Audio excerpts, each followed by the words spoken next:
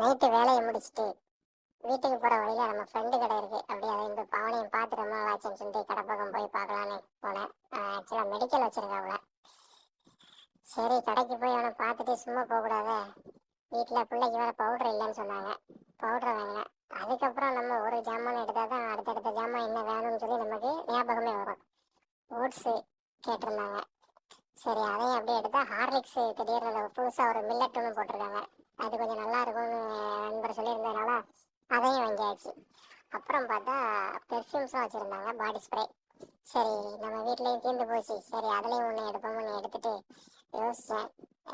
Rate அதிகமாக இருக்கும் அப்படின்னு சொல்லிட்டு ஃபீல் பண்ணேன். பில் போட்டாங்க. பில்லை பார்த்தேன், பெருசாக ஒன்றும் ரேட்டில் வித்தியாசம் இல்லை. எல்லா இடத்துலையும் இருக்கிற மாதிரி தான், நார்மலான ப்ரைஸு.